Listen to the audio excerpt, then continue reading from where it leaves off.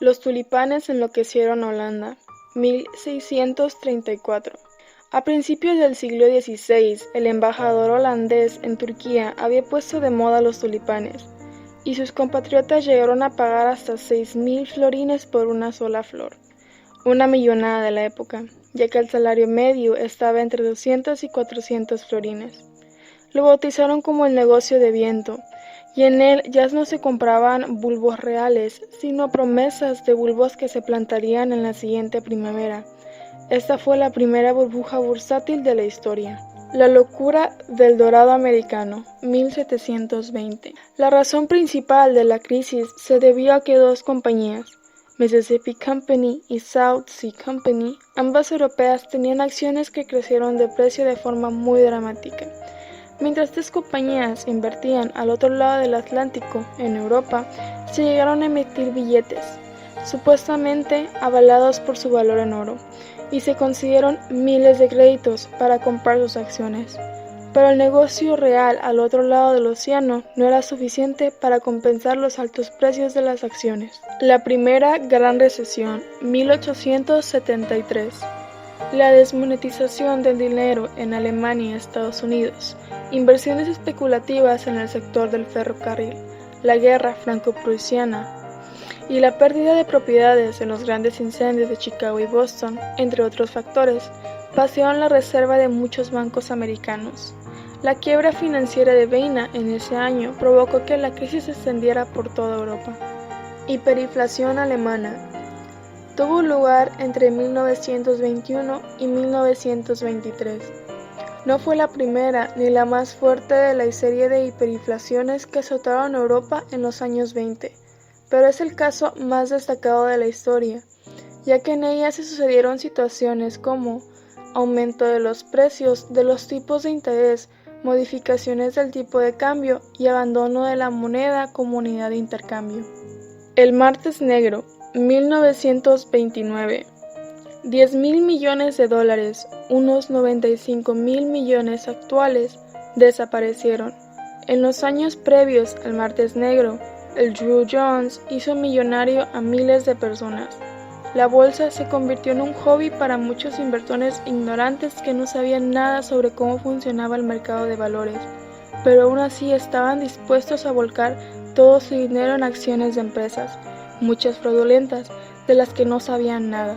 La crisis petrolera de 1973, conocida como la crisis del petróleo. El movimiento se dio luego de que la Organización de Países Árabes Exportadores de Petróleo, OPEP, decidiera no vender ni exportar a las naciones que habían apoyado a Israel durante la guerra de Yom Kippur, conflicto donde se enfrentaba Israel contra Siria y Egipto. La OPEP estableció un embargo petrolero hacia Occidente, especialmente hacia Estados Unidos y los Países Bajos. Los efectos del embargo fueron muy drásticos. Se duplicó el precio real del crudo a la entrada de la refinería y se produjeron cortes de suministro. El lunes negro, 1987. ¿Cómo pudieron desaparecer 500.000 millones de dólares de la bolsa de Nueva York? Muchos años después, no hay una respuesta clara.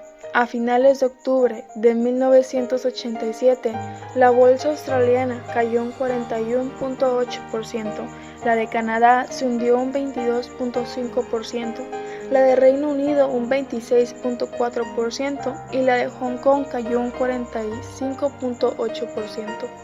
Una conocida teoría atribuye el desplome a la contratación programada inmediata y a la creciente influencia de los ordenadores en Wall Street. El error de diciembre, mejor conocido como efecto tequila. La crisis económica de México de 1994 fue provocada por la falta de reservas internacionales, causando la devaluación del peso en la presidencia de Ernesto Zedillo. El entonces presidente de Estados Unidos, Bill Clinton, autorizó una línea de crédito por 20.000 millones de dólares para el gobierno mexicano, que le permitieran garantizar a sus acreedores el cumplimiento cabal de sus compromisos financieros. El efecto dragón, 2 de julio de 1997. Lo que hasta el momento se había llamado el milagro económico asiático se derrumbó, entre otras cosas por la debilidad de su moneda frente al dólar. La devaluación de la moneda tailandesa fue la primera, le siguieron Malasia, Indonesia y Filipinas. El contagio se notó en casi todos los países de Asia y en las bolsas de todo el globo, lo que llevó a llamarla la primera crisis de la globalización. La crisis argentina, conocida como el cacerolazo y corralito. La dictadura, la guerra de las Malvinas, el colapso económico y una masiva inflación. Su deuda creció a lo largo de la década de los 90, y todo esto, unido a la gran corrupción existente en este país, hizo que Argentina entrara en una gran recesión en el año 1999. Los inversores perdieron la confianza en las empresas de este país, lo cual llevó al gobierno a congelar las cuentas bancarias durante un año, permitiendo sacar dinero de ellas en escasas ocasiones. La burbuja de las .com y los ataques terroristas machacan los mercados financieros. 2001. En los albores del siglo XXI, el nuevo invento objeto de deseo era Internet. Empresas recién creadas como Terra valían en bolsa mucho más que una vetusta telefónica. Luego, protagonizó uno de los mayores descalabros en España de las tecnologías. Los inversores siguieron comprando. Un año después, la prestigiosa NBC anunció el cierre de su página web. Era el comienzo del fin. Detrás de muchos .com solo había aire. La caída de las bolsas en esta ocasión parecía escalonada hasta el 11 de septiembre. Burbuja inmobiliaria 2008. Todo comenzó en el 2002. El entonces presidente de Estados Unidos, George Washington Bush, pidió ayuda al sector privado para facilitar el financiamiento hipotecario a personas de ingresos más bajos. Entonces, la Reserva Federal redujo las tasas de interés del 6% a solo 1% en unos cuantos meses.